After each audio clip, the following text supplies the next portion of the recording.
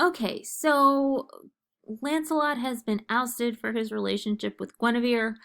He's declared war on Arthur.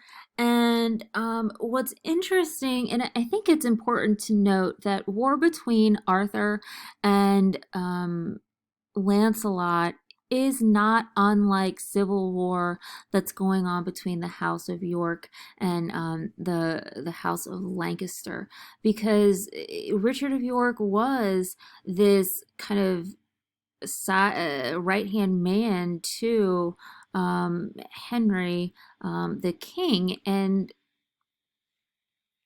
he's usurped or blinded and betrayed by his right hand man. And that's kind of what Lancelot does here. And it really, I mean, we foresee what's happening here, right, folks? Like, Camelot can't survive this because there are people who are going to be divided between, should I stay loyal to Lancelot? Should I be loyal to Arthur? And that's kind of the rock and the hard place Mallory's put in, and which causes all of his uh, troubles, or a lot of his troubles.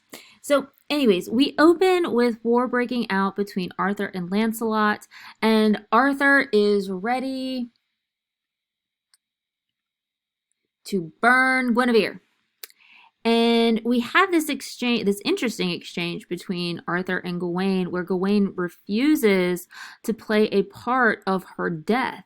So essentially, he's disobeying a direct order to the king. He says he'll be there if he has to, but not with armor, which means he's not going to. I mean, he tries to kind of talk Arthur out of burning Guinevere because he has this kind of soft spot for her. And really, what we see here is that the other knights also kind of don't really agree with King Arthur's resolve to burn his wife. And we really see that Arthur has no control over anyone, especially his knights. But true to his word, Lancelot saves Guinevere, and he kills Gareth and Garrus.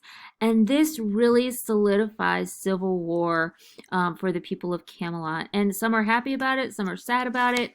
But I'd like to draw your attention to a closer look at Arthur's reaction at the rescue of Guinevere, the death of two of his nephews, and what his reaction to his real change in his relationship with Lancelot, the fact that he has to declare this war and go after Lancelot. And the first thing he does is he swoons. And swooning is kind of this really feminine, unmanly, unkingly thing to do.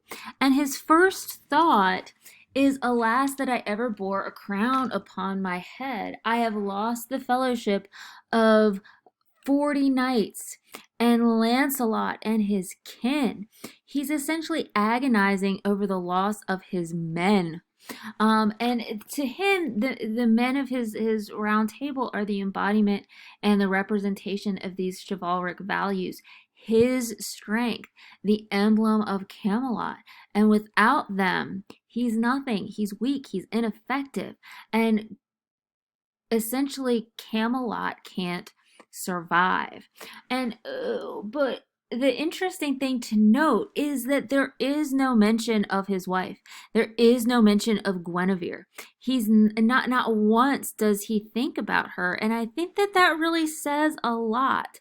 Um, it kind of shows her real unimportance to him as a wife, as a wife, and as insignificant as she may be to Arthur, she is significant in that she has played this part in this adulterous affair that spurns is at the crux of of all of this. Gawain is loyal to her, Lancelot is loyal to her, and as insignificant as she is to Arthur as a wife, she should be significant to him as a queen. And I think it would be it would be remiss, and I don't know if here's the right time to say it or not, but I'm just going to say it. I think it's interesting to note that she has not performed. I mean, just as Arthur really isn't performing his duties as a king, Guinevere has not performed her duty as a wife, nor Arthur as a husband, nor have they done their duty to Camelot, because they haven't given Camelot a legitimate heir. So who's it going to go to after their demise? So take that for what you will. I think it's a more of a rambling aside, but I think to go back to what I was saying, Arthur's reaction is, I mean, what's he really sad about? And why does he make light of Guinevere's role in all of this? So, after we have not Gawain's, Arthur's kind of boohoo sad moment of swooning, and this real kind of putting him in a feminine light. We have he's got to tell Gawain that his brothers are dead, and they cry together, and Arthur really uses this to his benefit. He says, let's make a deal right here, right now."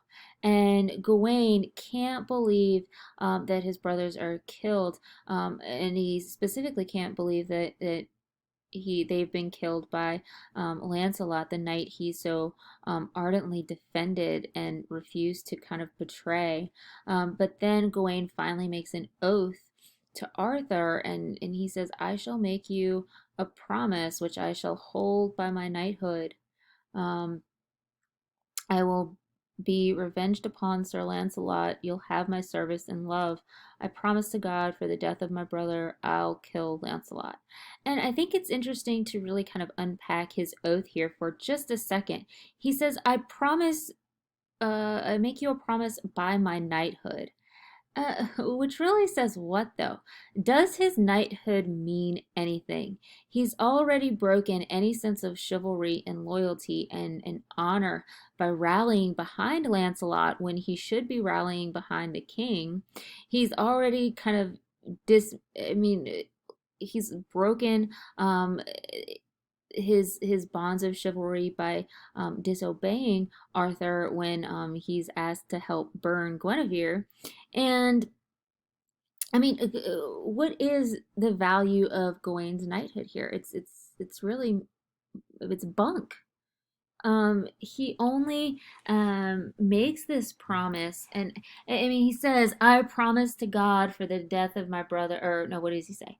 Um, he says, "I will be revenged. You'll have my service and my love." Well, Arthur should already have that service and that love, because that was his oath of knighthood to begin with. So why does he need to reestablish that?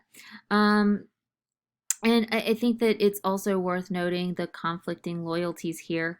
Like I said from at the beginning when I was talking about the individual needs versus the collective needs, it's not until he's personally affected by the war, by the affair, by all of it, that he's really forced to pledge an oath that he will indeed stand by.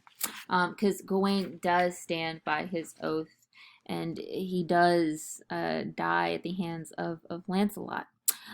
So moving on into the death of Arthur.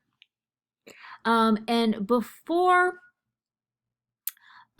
I can really, before we can really talk about this particular section, it's important to understand what's happened in the meantime in Camelot, while Arthur's been fighting with Lancelot. So as we know, there's this feud between, or this war between Lancelot and Arthur, which takes Arthur into France. And while Arthur is away, the children will play. Mordred, his illegitimate son, has taken control of Camelot, and he's done some pretty shady stuff. And but again, that's one of the consequences of this fractured system, this fractured brotherhood. Um, and also this kind of displaced loyalty between Arthur and his devotion to Lancelot. Remember, he's forgotten to trust the other knights who have his best interests. So, anyways, essentially, Mordred produces these false letters saying Arthur's dead. He tries to marry Guinevere.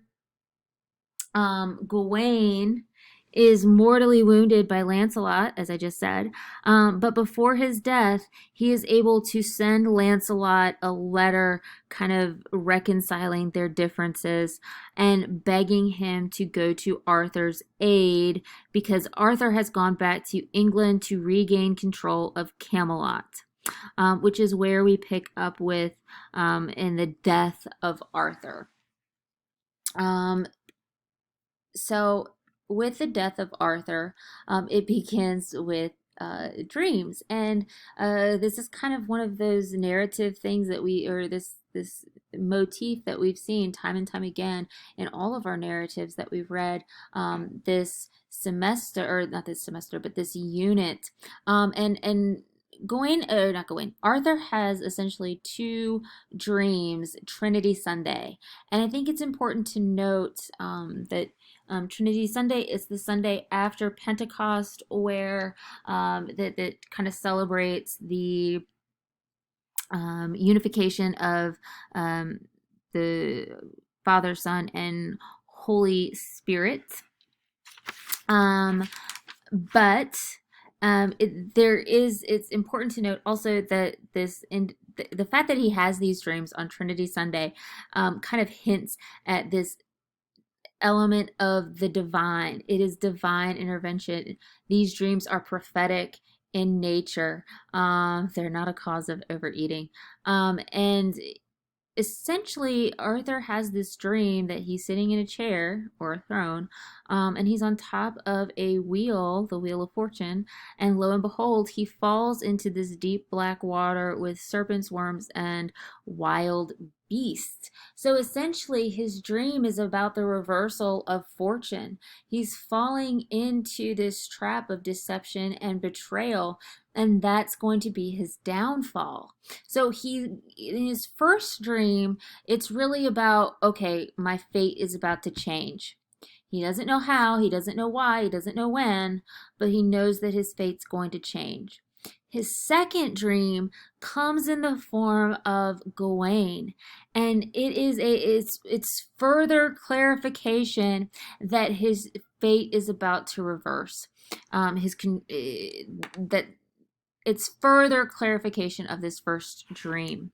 And Gawain comes to him surrounded by all of the women he fought for, and because of all his virtuous and heroic acts, God has allowed him to be brought by these women to Arthur to provide a warning. So this is kind of, anyways, God has sent Gawain essentially to warn him that he should take a treatise or a truce for a month with Mordred, and in a month in that time it'll give Lancelot time to arrive, and he will rescue you. And I think this word rescue kind of further feminizes Arthur in some ways as someone that needs to be rescued. A king does not need to be rescued, and then he says, essentially, if you fight tomorrow, you will die. Dun, dun, dun. And Arthur seems really to heed this dream, and he seeks to make this treatise with Mordred, but really it's all for show. He doesn't really trust this treaty. He doesn't he essentially doesn't trust his divinely sent warning from Gawain, and ultimately there's this battle between Arthur and Mordred, and Arthur knows he's going to die. He is full of pride in that he kind of ignores this dream and acts freely. And essentially, I mean, not to compare it to, a more sillier story from last week, but it's the kind of the same thing as what Chanticleer does. He is fooled by his own vanity, by his own pride, to ignore this divinely sent prophetic dream. And unlike Chanticleer, who luckily escapes, Arthur doesn't. Arthur dies. It's the death of a king. It is the collapse of society as we know it. And where Chanticleer really can't kind of die, Arthur does. And I think that speaks volumes, both in the image of his death and how it's compared to kind of the death of Lancelot. So I'm going to pick up here with Arthur's final order, and then the end of our discussion of Morte to Arthur.